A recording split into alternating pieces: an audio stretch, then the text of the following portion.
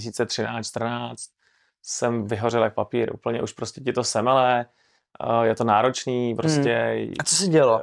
A cena paliva byla, to víš sám, No jasně, no. mezi 40 i 50 korunama. To byl mazec. Takže si uvědom, že vlastně nám stouplo AD Blue o 200%, No jasně, no. stouplo nám palivo minimálně o 30% a my jsme měli v úvozovkách pořád stejný ceníky. Jo, takhle. Takže vlastně ty si najednou měl o skoro 40% menší zisk. No, to mě mrzí na té dnešní době, že dřív prostě si spodal ruku s chlapem a dal se o práci a slovo platilo. Dneska se každý schovává za e-maily a musíme si to potvrdit, což je hrozně ubíjí. Já když ti řeknu, že tady budu v 5:30, tak tady budu v 5:30, že když to platí, budu, když to neplatí, omluvím se, ale ta doba už dneska taková není. Jako dobrý, spadl rubl a já jsem šel za 200 000, jsem koupil rubl. Aha. A každý mi řekl, ty jsi blázen. No nejsem, že já jsem koupil na úplným dně a podívej si, kde dneska je. No jasně, no. Takže to se prodal, že jo, to se mi tenkrát padnul americký dolar, koupíš dolar, že jo, prostě to je myšlenkový pochod, jdeš do Prahy do centra, od Arabáčů koupíš dolary, já nevím, za 200, za 300, někde je schováš, no a šup a za rok déle uděláš třeba 80 000. No jasně, no. Na ničem. A to je možná i to, když se vrátím ještě úplně k těm prvním otázkám, že to jsou okamžitě, když to začne smílat. Naložíš úplně svoji první zakázku, no to je maze. Zavřeš ty dveře a vyjedeš prostě tamhle z Měšic, z firmy a jedeš okolo Probovského jezera a podíváš se z zrcátka a za tebou lítají agregáty.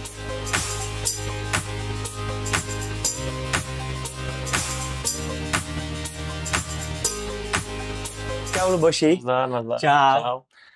Jak jsi dneska měl, co jsi dělal? Celý den jezdil jsem, opravil jsem nějaký auta, vyzvedl děti ve škole, Klasika, podnikatelský život. Ano. Žádný odpočinek, nohy nahoře, nic takového. OK, no já sám o tobě toho moc nevím. Vím teda, že máš letos 20 let výročí podnikání, ano. Což už je mega dlouhá doba. Za tu dobu jsi určitě nazbíral mega zkušeností a máš určitě co předat. Ale nevím úplně v čem, vím jenom, že autodoprava, nějaký ten servis aut, protože jsi mi opravoval auto. Ano. Tak zkus jak mě, tak divákům přiblížit trošku, co všechno děláš, do čeho se spustil a tak, jak to třeba vůbec začalo. No, jak to začalo? Začalo to asi k tomu, že jsem neměl nikdy autoritu k někomu nadřízenému, aby mě někdo určoval, co mám dělat. No. Takže vlastně po škole jsem vlastně byl zaměstnaný asi půl roku, no a pak jsem pochopil, že to nebude fungovat, když mi někdo bude diktovat, co mám a nemám dělat, že jo, úplně jednoduše, no. Tak jsem se rozhodl, že prostě si koupím auto a začnu dělat autodopravu. Fakt jo, a jaký auto jsi koupil třeba? Tenkrát to byl takový propadák, koupil jsem si Fiat Ducato asi z roku 2002, chytil jsem první zakázku, naložil jsem zboží asi za 300 000 a asi po 20 kilometrech se mi otevřely dveře a vypadalo mi zboží asi za 150 000. Fakt jo? To byl super start. Ty krás, a jak jsi to řešil? No normálně jsem to zaplatil z pojistky, že jo, a jelo se dál. Jo, takže jsi měl pojistku, ale... No, ale dobrý jméno mi to neudělal. To ne. A pak se asi nehrnuli zakázky další moc. Jako hrnuli, no, ale to jako jiný člověk by to asi zabalil. Jo. Jasný, no. No, pak se mi vysypal motor, že jo, na té dodávce. No. A co jsi to vez? Nějaký agregáty tenkrát, ale centrály, no. Takže se to rozsekalo. Měšic a Mělník. Fakt jo, takhle kousek. Ano. A tady Boleslavi vypadaly, to bylo super. Ty kráso, tak to je hustý, no. A co všechno teďka momentálně děláš po těch 20 letech? Teďka vlastně autodopravu, že jo, 20 let, no. Takže s tím si začal, to bylo první. Autodopravou, no, začal jsem, no asi s autodopravou. To je vytrvalost. Jsem začal stavět barák, tak jsem začal prodávat cihly. A protože jsem zjistil, že tady cihla stála v roce 2008, nevím, 120 korun. Já jsem zjistil, že někde v Passau je možnost koupit cihlu za 47 korun. Tak jsem si udělal takhle e-shop stav levně a vozil jsem sem cihly, že jo. Abych si udělal, takže vlastně ty cihly, které já jsem za 35 korun koupil, za 70 prodal, otočil jsem takhle 3 kamiony a vlastně jsem měl hrubou stavbu zadarmo. Takže bylo super. Podnikavej, takže ano. využíváš možnosti a koukáš na to všechno. A pokud jsem v rámci stavby, jsem vlastně z hypotéky, co jsme měli nějaký budget, tak jsem sebral peníze, koupil jsem si smykem řízený nakladáč asi za 300 000, no a začal jsem dělat i zemní práce. Jo.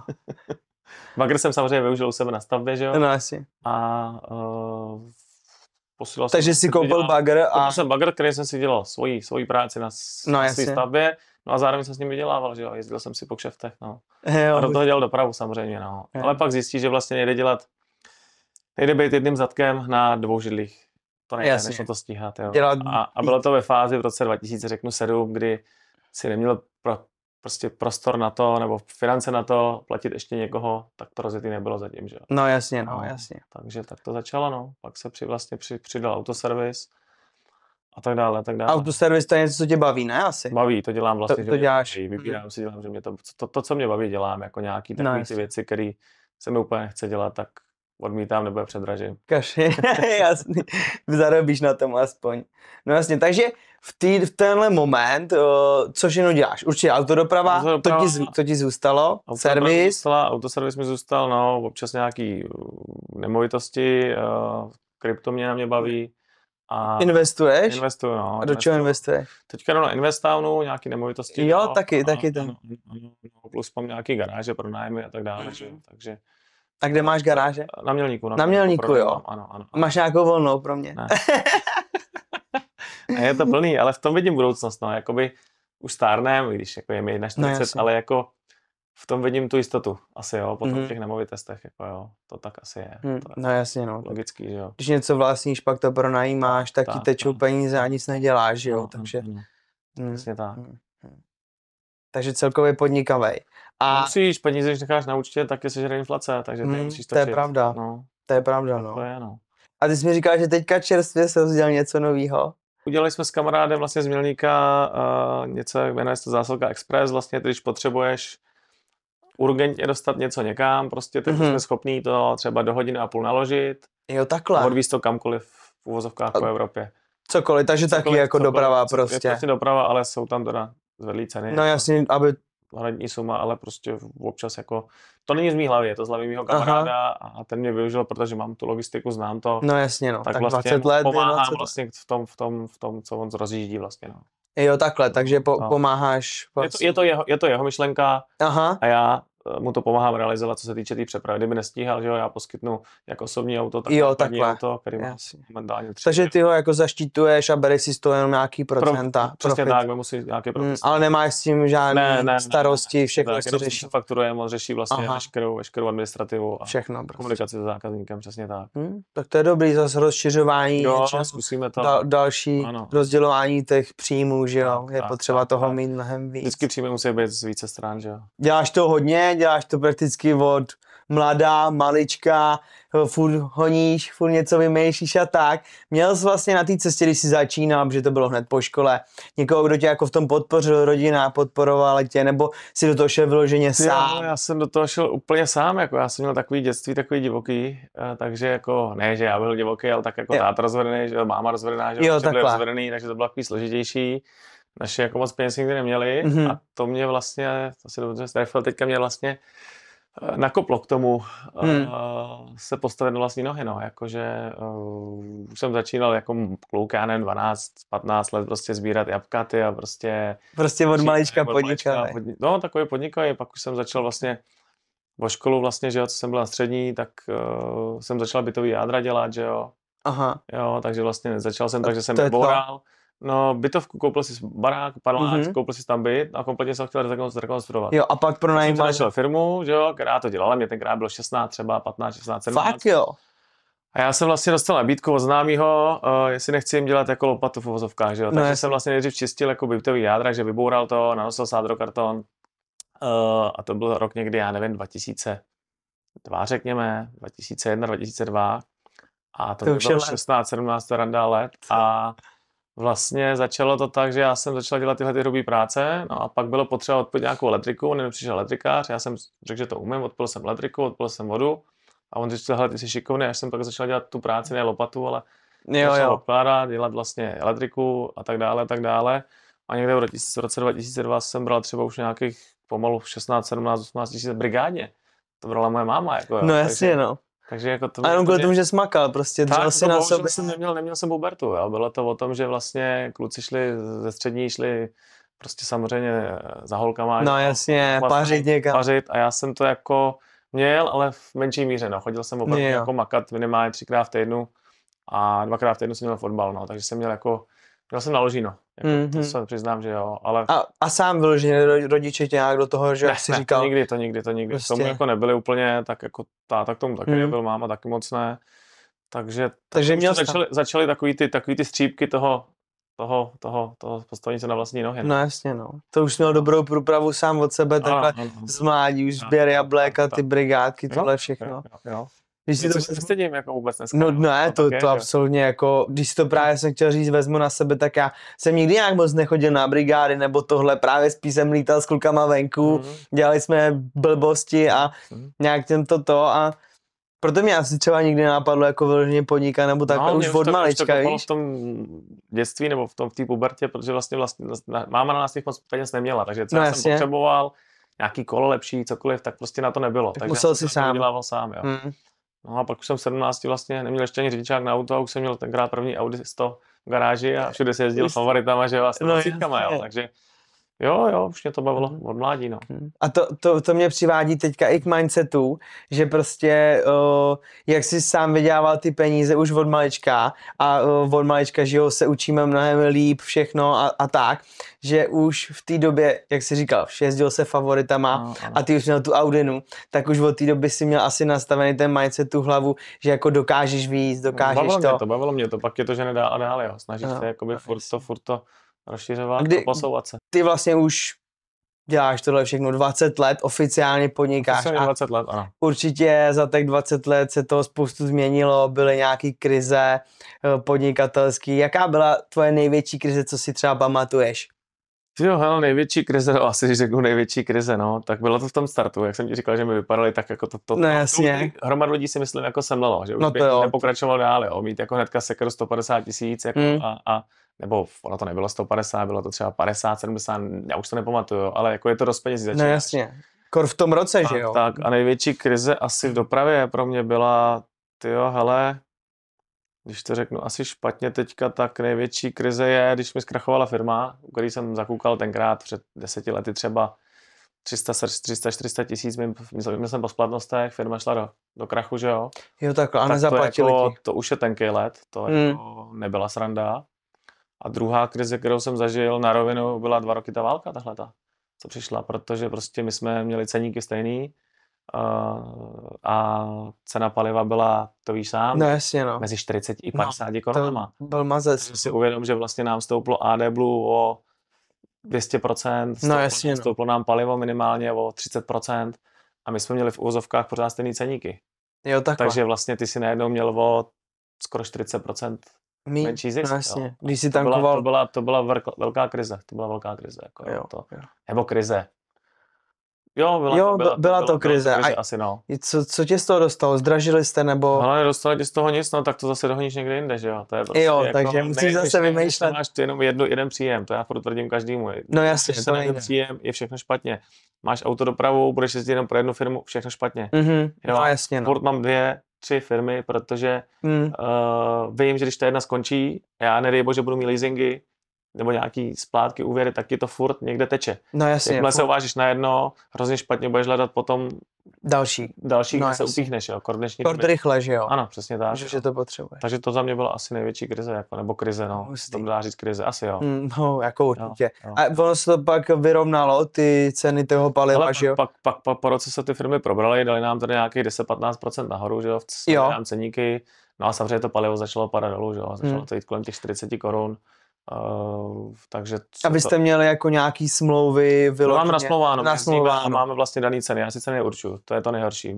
Většinou ti ceny určujou dneska klienti no, přesně tak, takže jako to je, s tím nic nehneš, s tím neuděláš, buď pojedeš nebo nepojedeš, jsou tady druhý, tam je obrovská, důrazňuji všem, že v dopravě je obrovská konkurence. Obrovská, to je, ať je to cokoliv jiného, autoservis, budeš dělat, já nevím, cokoliv jiného, ale v té dopravě mi přijde, že je obrovská konkurence. Mě taky teda. Může to dělat každý ve finále. No, jako, jo? Stačí řidičák. Stačí řidičák skupiny B, stačí ti koupit paštiku za 100 000 a můžeš to zkusit. A samozřejmě ty, jak to budeš zkoušet, tak budeš podlej za ceny. Když se dostal na ten trh, samozřejmě tě to semele. No jasně, to. Jo, to neudecháš, to tak je. To jo. Co tě udrželo těch 20 let vlastně v tom? Prostě, že už 20 let to děláš, musíš to mít brutální zkušenosti, musíš být jeden z nejlepších vůbec jako v tom to know-how mít. Co tě v tom udrželo? Peníze. Peníze? Furt si vydělával dost. Prostě jako Dělám to proto, protože to dělá peníze. No, Kdyby to nedělalo peníze, zapíchnu to a buď se upíchnu někde jinde, nebo klidně půjdu někam se nechat zaměstnat, já s tím nemám problém, ale vždycky tě ženou asi ta motivace jsou peníze a důležitý je být, že u mě je to prostě sám strůjcem svého času. Jo, souhlasno. Takže prostě, když budu spát do 10, tak budu spát do 10. Takže to mě vyhovuje. Proto jsem nebyl skoro nikdy zaměstnaný. Byl jsem zaměstnaný všeho všude rok a nevyhovovala mi ta autorita, jo? Že prostě musíš. Ne. S tím jsem mimochodem měl problém od dětství. Jebat. Jo, dokonce jsem chodil psychologovi, protože prostě jsem mámě prostě rozmlátil třeba, nevím, jak jsem měl stůl, že jo, tak jsem do něj xkrát praštil, protože mě nahala do kouta a řekla mi, budeš to dělat. Jo. A já jsem vždycky vybouch, něco jsem doma zničil, nemyslím jako, že bych někoho... No jasně. Ale až jsme došli vlastně tenkrát, myslím, že psychologovi a ten má mě vlastně řekl, že já mám problém s autoritou už odmala, jakože jak bych to řekl, nesmí mi někdo teď řekl, že to budu dělat. Já jsem svědomitý, já si tu práci udělám, jo, ale prostě nepůjdu dělat teď. Jo, až budeš chtít. Až budu chtít, tak ji udělám. Ten den ji udělám, ale teď to neudělám. Pokud někdo jde na krysu do kouta, neudělám to. Krysu do kouta, to je dobrý přirovnání. No ty jsi mluvil o krizích, samozřejmě válka, zdražení, krize, 10 let, že ti nezaplatili, před 10 rokama, že ti nezaplatili. A byl nějaký moment v těch 20 letech, kdy jsi prostě řekl, teď už na to kurva nemám, kašlu na to, nebudu podnikat, prostě jdu dělat něco jiného, nebo prostě úplně se na to vykašlat. Hele, vyhoříš, měl jsem moment vyhoření. Měl jsi vyhoření. 2013-2014 jsem vyhořel jak papír, úplně už prostě ti to semele, je to náročný, prostě. A co se dělo? Vlastně převzal jsem vlastně z vnitra zahraničí a to zahraničí, to prostě příklad si něco budeš doma dělat, oni ti zavolají a musíš. Jo, to byly leasingy a ty musíš. To bylo právě ta krize, kdy já jsem si nabral nový auta, když jsem měl starší auta, že jo, za cash. Pak jsem si vzal teda novější auta, že jo, byly nějaký leasingy, 25 tisíc měsíčně a tak dále, zdravotní, sociální, že jo, teďka jsme začali ten barák stavět, přišla ti hypotéka a ta krize vlastně přijde v tom, že ty musíš. Ty prostě musíš jezdit, až ti to začne smílat a dožene ti to a vyhořel jsem v tom, že jsem normálně, což byl teda zase takový posun dál, já jsem se na to vyprt. Normálně jsem se nechal regulárně zaměstnat na půl roku, ale doprava jela dál a vzal jsem si prvního zaměstnance. A to mě zase ale posunulo úplně někam jinam, protože jsem najednou už měl toho zaměstnance a zjistil jsem, že i s tím zaměstnancem to jde. No jasně. Jo, tak jsem se zase pak vrátil, že jo, koupili jsme další auto a jezdil mi zaměstnanec a já. A jak říkáš, jo, hodně se teďka říká, že když vyhoříš, nebo se něco nepovede, nebo spadneš úplně na dno, tak pak ba naopak se posuneš dál nějakým způsobem. To bylo tím, že jsem vzal zaměstnance, doprava jela dál. No. Sice to bylo takový, že já vlastně to, co jsem vydělal v tu dobu, tak jsem dal tu výplatu tomu zaměstnanci. Jo. V finále jsem mu ještě dotlačil, ale furt mi zůstával vlastní dopravy. Že? No, takže vlastně bylo to pro mě posun dál zase. Jo, protože jsem zaměstnal někoho. Takže prostě v tu chvíli řekl, kašlu na to, jdu se zaměstnat, sice to teďka jako pojede. Já jsem čistou hlavou. Pro mě byla čistá hlava to, že to někdo dělal za mě, já jsem ho samozřejmě koordinoval, ale já jsem vstal v 6:30, šel jsem do práce a věděl jsem, že ve 3 hodiny odcházím domů. A jsi v klidu. A jsem v klidu. No jasně. Jo, takže jako to bylo dobrý. To bylo, tak jsem se pak s tím vyrovnal, no a pak samozřejmě zjistíš po půl roce, že vlastně to zaměstnání mě nevyhovuje. Po půl roce je to je jasný, no. Někomu to trvá 10 let, někomu celý život.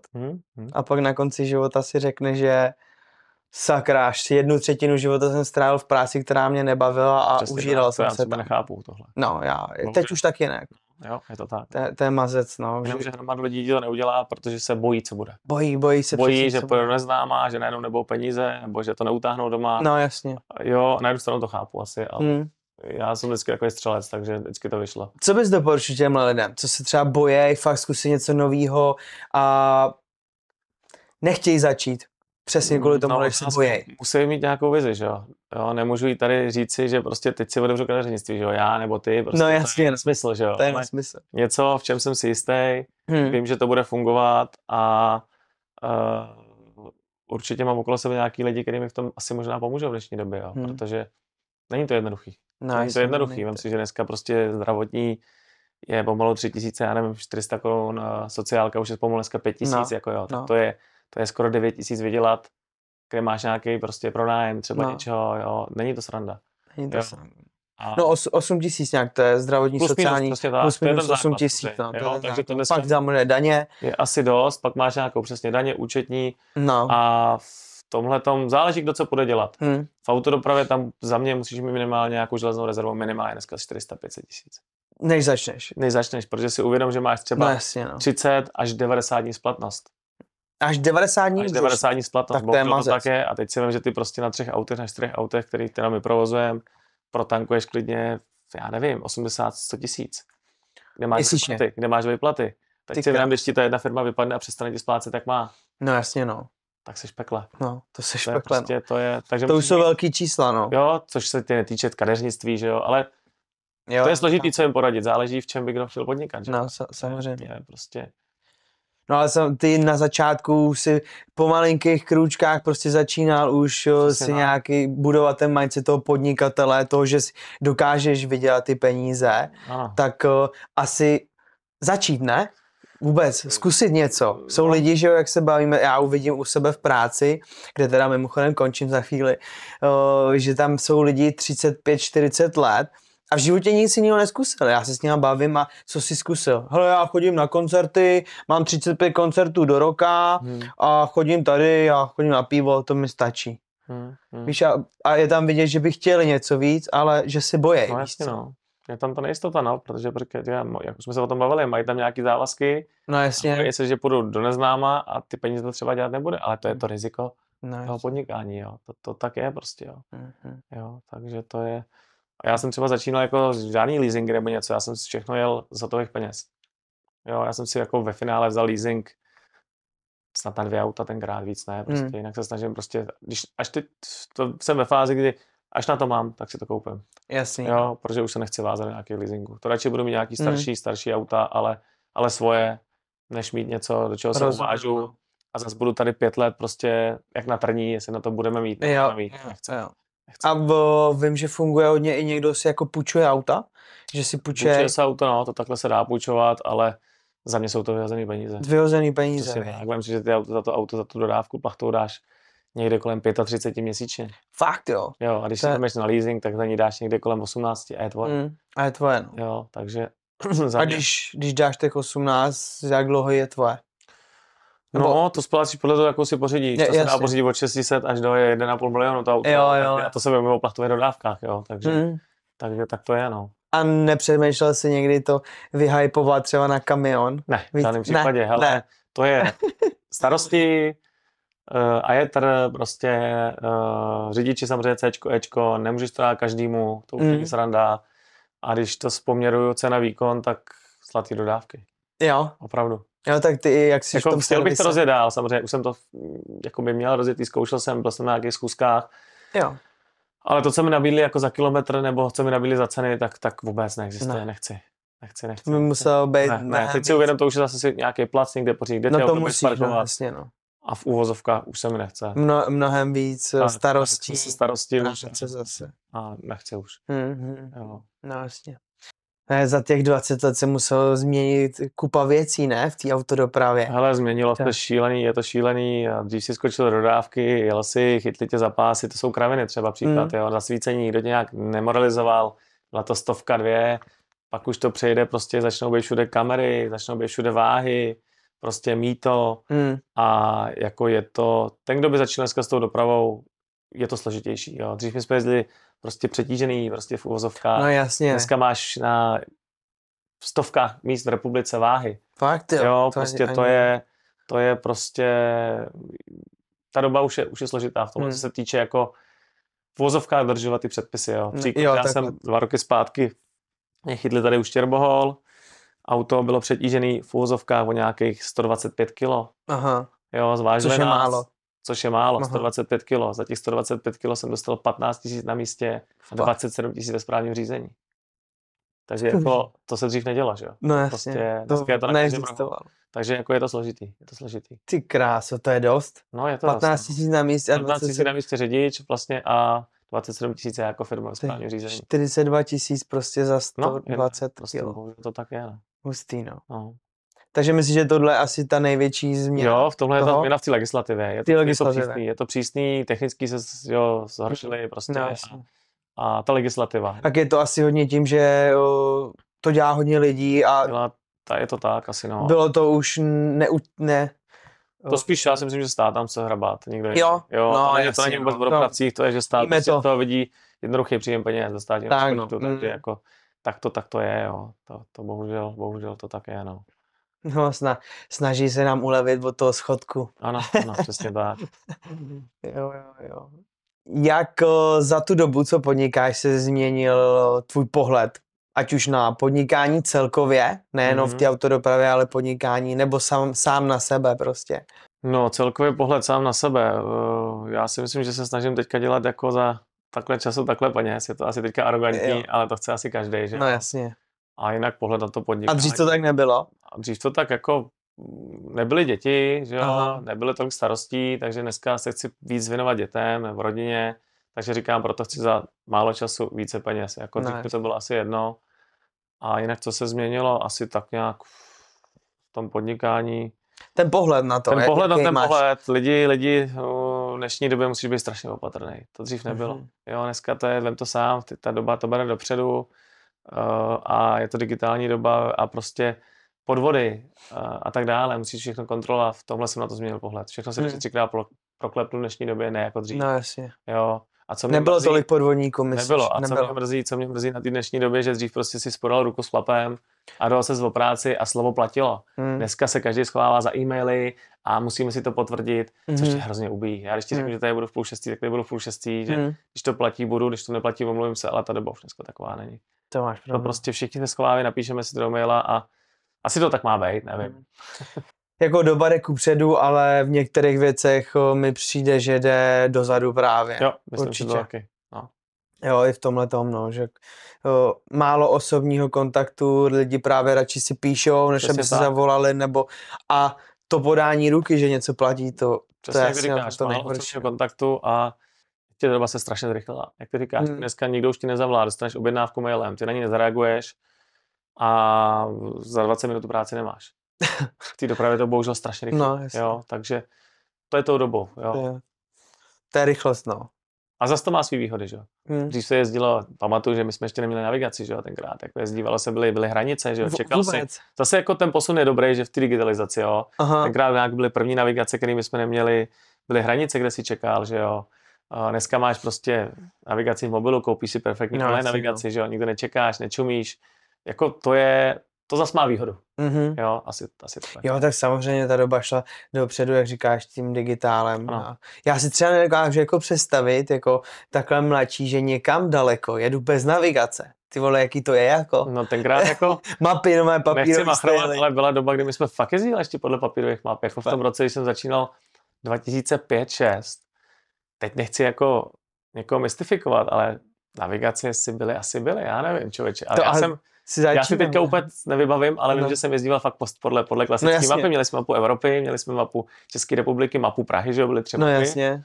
A z začátku já si myslím, že ten prvních půl roku jsem určitě jezdil, člověče, jenom takhle jako...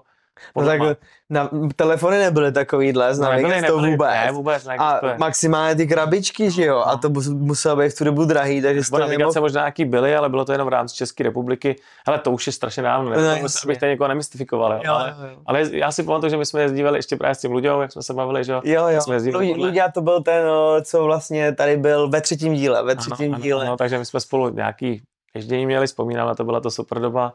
A jezdívali jsme podle mapy, že jo? Podle mapy, no, to je hustý. Super, to byly časy. Jako já si to nedokážu vůbec představit, já jsem vždycky, když jsem měl řidičák, tak jsem z toho měl jako hrozný stresy, že jak se tam dostanu, jako, jak to bude fungovat, prostě to jako si musím zapamatovat tu cestu, tak já budu jezdit jenom ze Všeta do Čečelic prostě a nic jiného. Taková doba byla, no. To je hustý, jo, takže, ale mělo to svý kouzlo. No jasně. Určitě, když jsi začínal s tím, tak si se musel nějak vzdělávat o tom, učit se. Prostě takový ten, že jsi do toho šel sám, nebo jsi nechal jako od někoho poradit hodně, nebo čet si z knížky a tak. Co po případě bylo to, co ti nejvíc dalo, jako z čeho se třeba naučil, jestli si vzpomeneš? To je nic, já jsem to šel po hlavě. To já prostě šel si po hlavě. Budu to dělat, tak to budu dělat. Jako, já jsem takhle dělal ve firmě, kde jsem jezdil dodávkou, že jo. Jo, takže tam jsem viděl, že se tohle rozváží. A tam jsem se možná motivoval, proč já to budu dělat pro někoho, když to můžu dělat sám. No jasně. No. Takže to byl asi ten hnací motor, jakože zkusím tu dopravu, tenkrát přišel nějaký známý, že jo, moje známá, jo, hele, my tady máme práci na dodávku, pojď k nám jezdit. Takže takhle to nějak vyplynulo. Takhle jsem vlastně začal, no. Takže nebylo třeba, vím, že teďka v téhle době je hodně třeba osobních koučů, jsou kurzy, jak začít s tím podnikáním prostě, vůbec. Nebo knížky, nečet si nikdy o podnikání, vůbec. Ty po hlavě. Po hlavě, pořídila se dodávka, začalo se jezdit, funguje to do dneška a vlastně na to se nabalil potom ten autoservis. No jasně. Jo, protože vlastně mě se takhle rozbila dodávka. Já jsem potřeboval v sobotu po někom to zdiagnostikovat, ten člověk nemohl, tak já jsem se naštval, koupil jsem si první diagnostiku a začali jsme dělat autoservis. Takže jsi vlastně, jak podnikání je řešení problémů, takže ty jsi vyřešil ve svém podnikání, dalším podnikáním svůj problém, že jo? Přesně tak. A začalo to se nabalovat, kdy chodili další lidi. Jo, začalo se to nabalovat k tomu autoservisu, jako jsem ti říkal na začátku, že vlastně jsem začal stavit barák a začal jsem prodávat cihly. No jasně, no. Takže jsme začali tady tím, no. Takže prostě po hlavě. A to byla možná i ta výhoda té doby, že ještě tam nebylo to nastavení, že se bojím i od těch jako lidí. Je to pravda, bylo mi 20 let zpátky, takže mi bylo 21 let, že jo? No jasně, 21 let a tam si nepřemýšlel nad tím, jestli to nebude. Vzal si peníze z hypotéky, že jo? Takže normálně jsem prostě vím, že si budeš nějakou hypotéku a ty z toho hnedka 400 000 vezeš a koupíš si bagr. No jasně. Takže to je... Ty jsi takhle mladý bral hypotéku? Hele, začali jsme, kecám, ve 24 letech, takže to bylo v roce 2000, říkal jsem to dobře, 2007, 2008, jo. Začali stavět barák, vzali jsme si hypotéku, no a já jsem hnedka z těch peněz, co jsme si vzali, jsem vlastně vzal asi nějakých 300 000 a koupil jsem si bagr. Ty krás. No, takže to už by ti teď neprošlo. Na sebe vydělal, že jo? No jasně, no. No, takže dobrý. To je hustý, no. To už by ti teď neprošlo asi, na hypotéce. Dneska asi ne, no. Dneska to všechno je hlídaný, že musíš to půjčit nějakým papírům. Dneska to je... To ti říkám, to se zase vracíme k té otázce předtím, že to je ta doba. No jasně, no. Dneska už je to prostě špatný. Dřív to bylo takový trošku takový taky jako... punk trošku. Bylo to dobrý. No jasně, no. Jo, to je prostě, dřív si jel fakt jako někam dodávkou a chytli tě policajti a byl si přetížený, já nevím, byl si připoutaný a nikdo to nějak nehrotil, hele, nenadejchal, dobrý, dej mi 200, jeď. Dneska bohužel všechno na kamerách. Určitě za tu dobu si potkal spoustu lidí, spoustu dobrých lidí, spoustu špatných lidí, určitě. Přesně tak. A co jsi naučil o lidech za tu dobu? 20 let je prostě 20 let. Ty jo, o lidech, no s lidma je to složitý. Je to složitý. Ale když mi říkal kamarád, který to dělá třeba v nějakých 5-10 let díl, počkej, až bude zaměstnávat lidi, tak jsem na něj koukal a říkal jsem si, co to melej, to bude super. No jasně. Jo, já už byl strůjcem svého času úplně, že jo, měl naprostou pravdu. Jako práce s lidma je to nejhorší, co může být, to je jedna věc. Ty lidi ti prostě zaměstnáš někoho, on ti krade naftu, prostě, nebo ti chodí do práce, nebo krade, jako to ušetří si něco, že jo. No jasně. Takže už to pak hlídáš a s lidma je to složitý. Ať lidi to zaměstnáváš, anebo i s některýma těma lidma, s kterýma ty jednáš. Ale já říkám vždycky... Pro který pracuješ, jakoby. Pro který pracuješ, ale jako s těma jsem neměl nikdy problém, oni se mnou, jo. Spíš jako s těma svýma lidma, občas to byl... Takže ty teďka zaměstnáváš asi nějaký lidi, máš nějaký tým? Já mám nějaký tým, ale nezaměstnávám, ani zaměstnávat nebudu, ale nechci. Jedou na OSVČ. Mám to na OSVČ, ty kluky a momentálně vlastně mám 4, 2 svoje, 2 brigádníky, že, co mi chodí. Jo. A funguje to. Jo, a jsi spokojený s tím, máš je teďka. Doufám, že oni se mnou. To se dozvíš po tom podcastu. Jim to s vámi pošli. Aspoň to vej, aspoň tam bude, že jsi s nima spokojený. No a historicky, kolik jsi nejvíc zaměstnával lidí? Hele, teď jsme asi na maximu, jo. Vždycky, jako když někoho mám, tak můžu říct, nebo zaměstnával, ty jsi nezaměstnával nikdy. Tak, vždycky to bylo, ale měl s tým. Ale měl jsem nějaký ten tým těch lidí a vždycky v průměru, teď jsme říkám na 2 svých a 2 brigádníkách a jinak ty, co já mám vždycky svoje ty lidi, tak v průměru vydrží třeba 7-8 let u mě, což si myslím, že jako není úplně špatný. Tak to je slušný, no. A buď se drbnou, že jdou do svýho jezdit, že tě i pomoc ode mě, samozřejmě tu možnost nabídnu, anebo prostě je to semele, to je doprava. Jo, no, ta doprava v tomhle je prostě jak na houpačce, jo. Jeden týden funguješ, když ráno 7 do práce, skončíš ve 4 a pak je týden, kdy se nedaří a on přijde v 7 do práce, odejde až v 10 naložený a vrací se. A je z toho to ven. Prostě buď je špatná doprava, nebo není vyrobeno a ono to občas někoho semele, jo. To je prostě, to ne, že bychom se skončili mezi sebou finančně nebo něco, ale Je to o té autodopravě, není to stabilní práce jako časově, to nebude nikdy. No. Já si třeba nedokážu představit jako sedět celý den v autě a někam nevíš, jako. A ty jezdíš, jakoby ještě občas jedeš, nebo? Se svíst, ale už úplně minimálně, jdu třeba třikrát v měsíci se jdu svíst. Tak to je. A věnu se spíš tomu autoservisu, no. Jo, to tě prostě baví.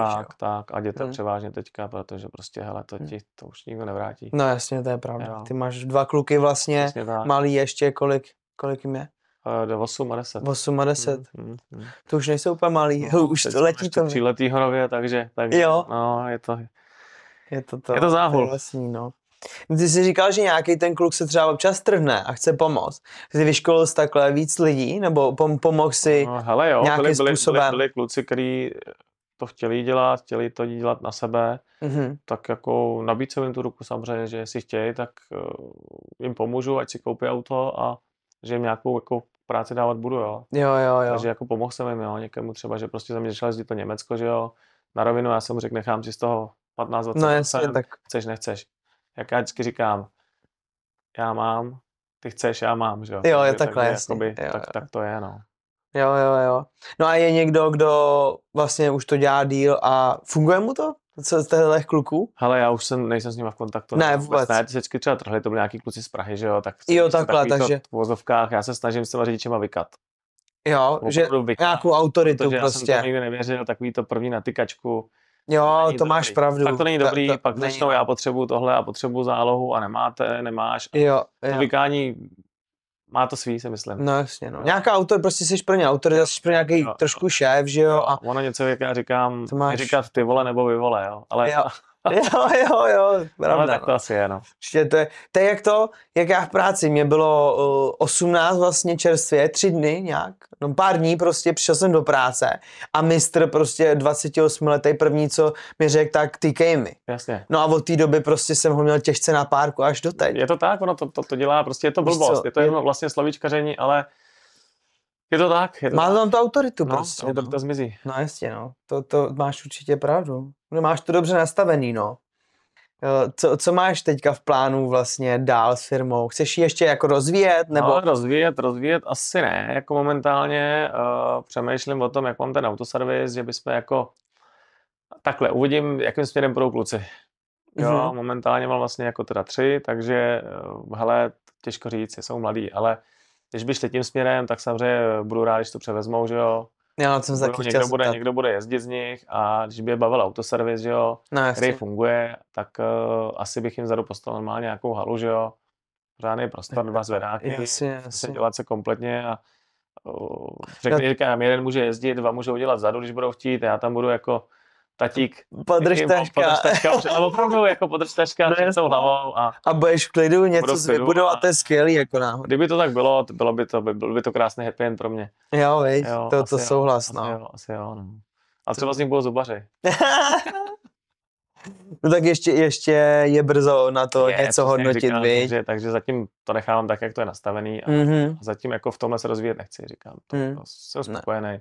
Stíhám to, máme teďka hodně času a funguje to. Hodně času, hodně peněz, takže spokojený. No, o těch penězích to samozřejmě je, děláme to pro peníze, ale v životě to není všechno. Jo, máš pravdu. No. Ale je to ten motor pro každého, kdo začíná podnikat. Ten motor jsou vždycky peníze. Co jinýho? No jasně, samozřejmě. A volnost. Tak jsem to chtěl říct, volnost, peníze, čas. To prostě tak je. No a samozřejmě byl čas, kdy jsi hodně makal a neměl si třeba čas úplně na rodinu, nebo jak jsi nastavoval ten work-life balance, že prostě teďka se budu věnovat rodině a teďka budu makat, s tou dopravou to úplně nešlo, víš? Ale nešlo, no, to bylo jako, byla tam, ten začátek byl složitý, opravdu, jo. Na tu rodinu ne, že nezbýval čas, ale jak jsem už tady zmínil, jel si do toho Německa, jezdil se v zahraničí, přišla ti rodina, začalo se grilovat, měl jsi tam rodiče a najednou zase měl telefon a ty si musel pryč, co se dělo třeba, já nevím, 5krát do 4 roka, nějakých rodinných akcích, jo. No, a ty si musel, no, takže jako to na ten úkor bylo, no. No a co když jsi jako třeba měl 5 piv napitých? Tak já moc nepiju, takže já... Jo, nepiješ. Tak jako když, takhle, měl jsem vždycky limit do těch 8 jsem čekal a pak jsem viděl, jo, takhle, že už nikdo nezavolá. Co ti žene po těch 20 letech furt dál? Prachy to úplně, jako samozřejmě asi jsou, ale bude tam i něco dalšího, ne?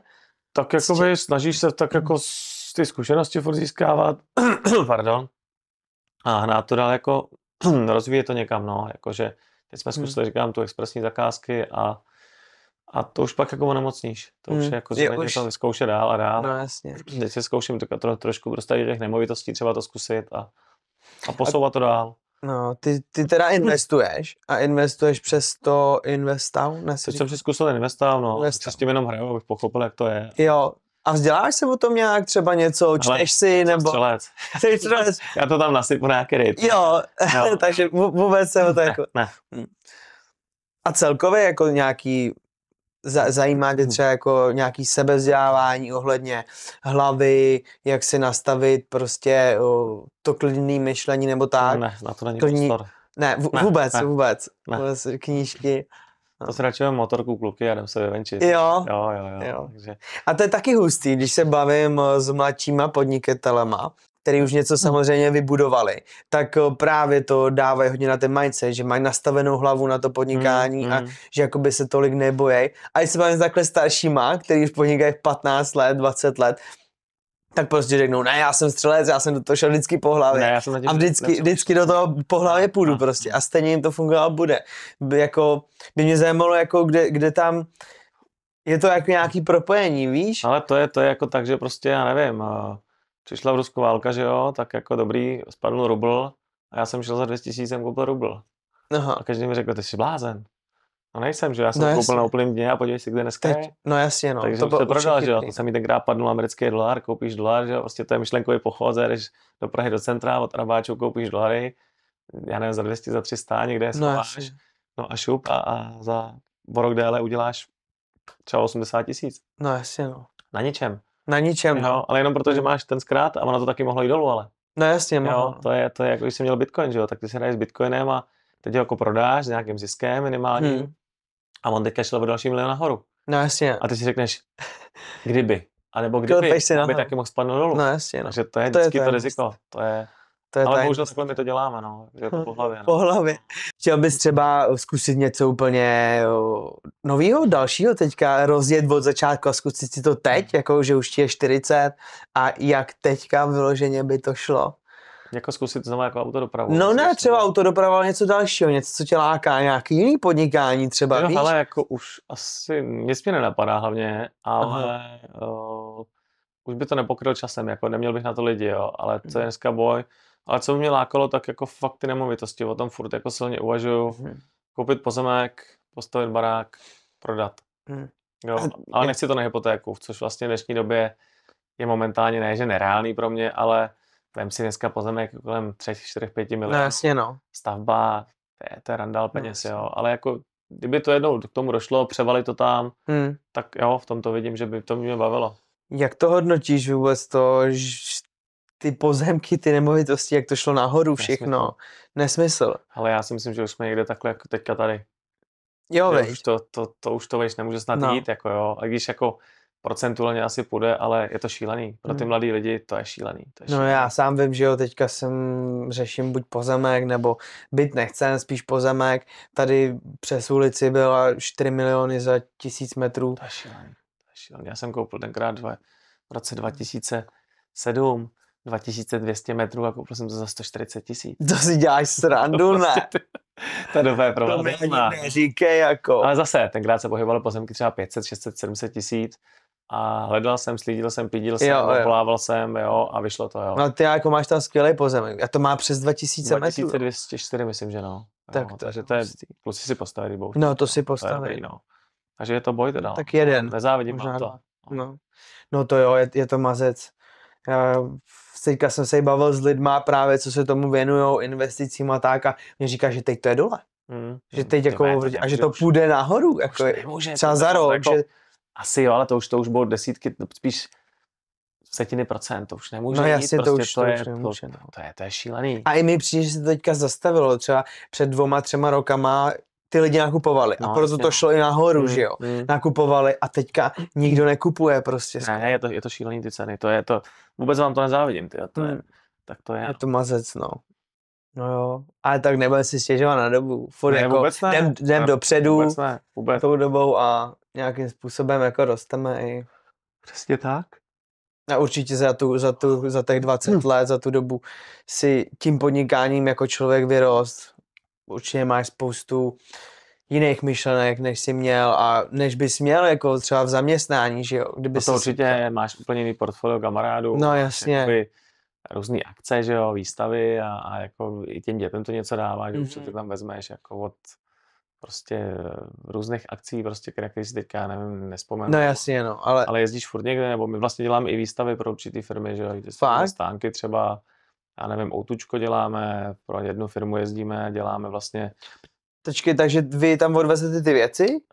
Děláme jenom jako dopravu jako takovou, že z místa A do místa B, ale za tu dobu zjistili jsme spolehliví, asi teda nevím, nebo že jsme asi spolehliví. No jasně. Takže jsme začali jezdit pro jednu firmu a děláme i vlastně třeba do O2 Areny navážíme jakoby takový ty koberce, nebo když jsou nějaký. Aha, takže i stavíte. Podcasty se natáčí přesně něco podobného, takže stavíme takový ty stánky. Aha. Takže přijedeme, oni nám dají plánek, že jo, kde bude ta firma, my tam postavíme nějaký stánek, že jo, předáme, nafotíme, podepíšeme, předáme to firmě, že je to hotový, takže oni mi to zaplatí jako dopravu a jako stavení. Jako stavbu. No jasně. Montáž. A to je zvlášť, nebo to máš v jednom prostě? V jednom prostě je to služba. No. A když jsem to dělal, říkám, nějakýma brigádníkama nebo něco a dneska už mu pomalu pomáhají kluci, jo. Tak to jo, potkáš se v tom podnikání úplně se spoustou lidí. Jo, a takhle. Je to pravda, je to šílený, to je lidí okolo tebe a ty za ty roky už děláš některé ty akce se opakujou, že jo. Takže už tam no, ty lidi znáš, že jo, když jsou to úplně z jiných firem, ale znáš se s nima, že jo, takže. Jo, nabíráš ty lidi okolo sebe. Jo, já za tu chvilku vlastně rok a kousek podnikám, že jo, a za tu chvilku jsem se poznal s tolika novejma lidma, že jsem se za tolika lidma nepoznal prostě za celou dobu, co žiju, jak kdyby, víš co. Ale přijdeš do firmy, že jo, kde nakládáš jenom, a vlastně těch skladníků. No jasně. Prostě to jsou desítky, stovky lidí, můžu říct, jo, po těch firmách, jo. Se všema si nepokecáš samozřejmě, ale jsou tam ty lidi, s kterými můžeš vytvořit přátelství na do konce života. Některý jsou tam do dneška po 20 letech jako já, že jo, ale no, nejde. Těch je desítky procent, jo, co fakt vydrží stále. No jasně. Jedný firmy. To je hustý, to právě. To je. Jaký je ten klíč, že jsi vydržel? Že jsi prostě jeden z mála. Víš co? Ale jako furt je to žene dál, já si myslím, že úplně jeden z mála nejsem asi, ale i hromadu, že jo, co drží i díl, že jo, ale... Říkal jsi, že spousta lidí odejdou z toho, vykašlo se na to a tak. Netuším, co jsem, ale neptal jsem se. A co, no nevíš, co je ten tvůj klíč. Prostě asi vytrvalost. Asi nejspíš, jo. No, že mě ten motor k tomu, že tam budou ty kluci, že je tam ta vidět toho, že to uděláš jako opravdu. A ty máš SROčko, že to můžeš jako předat? Ne, prostě jedeš. Když jsem použil hloupé, jedu na rodný číslo, že můžu sebrat úplně všechno. Jo. Ona to je srdečko zase. Střelec. jo, ona to je srdečko zase taková nevýhoda. Ty vlastně sám sebe musíš přiznávat plát. Aha. A tam se přivádíš o nějaký desítky tisíc měsíčně. A zajímal se o to, chtěl jsi to zkusit? Jo, samozřejmě to je srdečko jednoduchý, ty si uděláš dneska srdečko za korunu, ručíš vlastně jenom v uvozovkách tím, co vložíš. No jasně. Ale musíš sám sebe přiznávat výplatu, takže vlastně máš nějaké odvody navíc, úplně zbytečný a já nejsem ten, co by prostě udělal nějaký průser, že říkají, hele, ty přijdeš v barák, přijdeš v auta, učíš vlastně majetkem si. Jo. A já si všechno platím, jak mám. No jasně, nemáš tom bordel. Ne. Pravda je, to mi i říkal, že SROčko, že je vlastně kvůli tomu, když se bojí, že se něco stane prostě tak, a že ti nevemou majetek a tak. Tak, vezmou ti jenom tu jistinu. No. Jo. Přesně tak.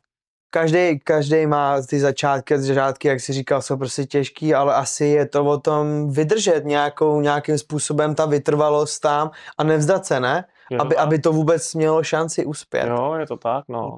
Ty máš dopravu, že jedeš a bouchne ti kolo, pak ti bouchne hadice od turba, na druhém ti něco lehne. Aha. A seš ten měsíc plonkovej a to je možná i to, když se vrátím ještě úplně k těm prvním otázkám, že to jsou okamžitě, když to začne smílat. Jo, že si řekneš jako, že já už to nebudu dělat, už to nechci opravovat, já už prostě nebaví mě to. A to jsou ty okamžitě, který máš, jednou do roka je máš, to tak prostě začne se to sypat. Jo, řidič dvoma rodí, auta se sypou, jo, tak tolik té práce není, teď ještě zakázky na autoservis, jo, tati nejde, prostě, no tak jako někdy se to sejde, že máš plný zuby. Plný zuby, ale to je v každé profesi. Jo, to je, jsi zaměstnaný, nebo nezaměstnaný, nebo důchodce, To asi myslím, že přijde. Někdy to bude. Bohužel tam je. Nahoru dolů, Ano, někdy to bude růžový, vždycky to tak je. Svět je černobílej prostě. Jsem někde slyšel teďka. Svět je černobílej a ten, kdo tomu nevěří, tak žije v iluzi. No, to si myslím, no. Nebo na něčemu jíždí. Jo, teď je spousta lidí, co na něčemu jíždějí. Tak blížíme se asi ke konci, takže bych se tě zeptal asi na to, kdyby teďka v téhle chvíli někdo chtěl začít prostě s autodopravou. Jakou bys mu dal jednu jedinou nejdůležitější radu podle tebe? Podle tebe prostě. Začít s autodopravou, no už jsem to tady taky pronesl jednou, možná dvakrát, mít opravdu nějakou rezervu. Minimálně v dnešní době 400-500 tisíc, protože, ale rezervu v tom je mít ještě. Jo. Mít koupený auto a mít tu rezervu. Jo, takhle. Protože tam to strašně lítá, jo. Ty peníze lítají šíleným způsobem a určitě začít jezdit pro někoho, koho znám, koho mám prověřený. Jo. Protože dneska je na internetu, jak jsme se o tom bavili v této době, je takových v uvozovkách hajzlů, volavé, který tě jako budeš pro ně měsíc, to se mi taky stalo, měsíc budeš pro někoho jezdit. Ta firma je přesně za korunu založená někde v centru v PO Boxu v Praze. No jasně, no. A ty měsíc jezdíš vlastně, sypeš tam ty peníze. Jo, a on ti pak nezaplatí. Nedej bože, máš ještě zaměstnance, že jo, v tu dobu. No. A on ti nezaplatí, zmizí a je to v nedohlednu. Takže určitě začít pro někoho, koho znám. Aha.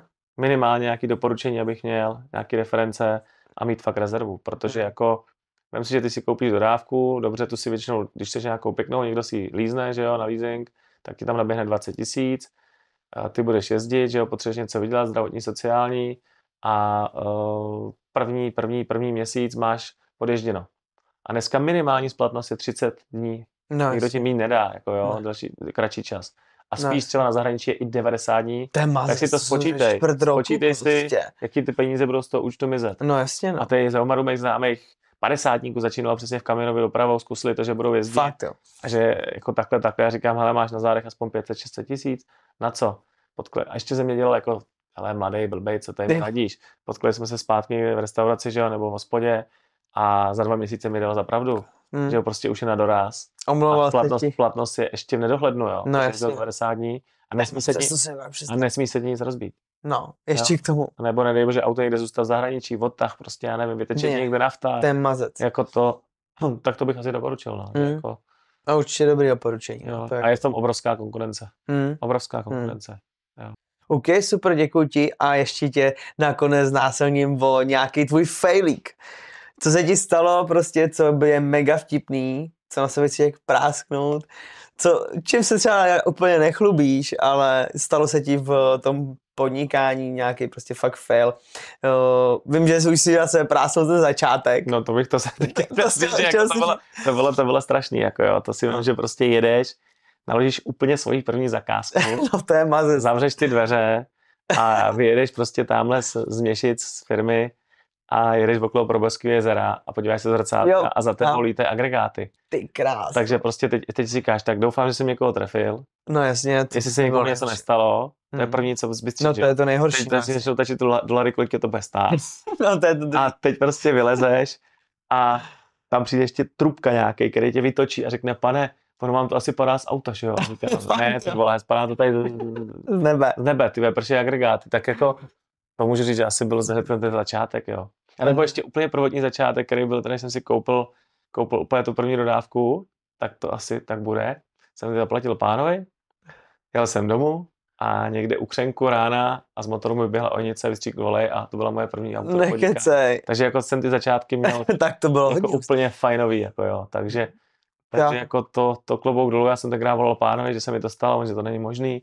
Já říkám, no ale já nemám jako peníze teď už na to koupit další a tak bylo to nepříjemný, no. Tak to klobouk dolů. Jako v tu dobu se s tomu smála si, no, jasně, no. ale to je no v tu dobu ne, teď se tomu směješ. Já přemýšlím, jako asi bych si ještě vzpomněl na nějaký foupa, jakože to jsme kde provedli, ale tohle byl start teda strašný, no.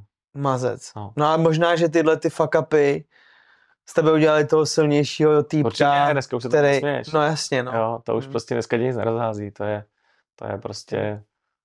No, já ti gratuluju, že jsi 20 let, děkuji. 20 let v podnikání, to je velký úspěch. A že můžeš následovat. Jo, věřím tomu, že určitě je to na dobré cestě a hlavně mě to baví, takže. Jo, o tom to je. No tak jo, takže tohle byl Luboš, myslím si, že to byl skvělý rozhovor, já jsem si osobně užil mega, věřím, že jste si to něco odnesli, ať už z té autodopravy nebo z osobního života, z podnikání a tak. A děkuji, že jsi přišel říct svůj 20letý příběh, byla to sranda i spoustu zkušeností. Já děkuji za pozvání. Yes, tak jo. Tak se tady vidíme třeba za 10 let. Dobře, tak jo, čau, ahoj.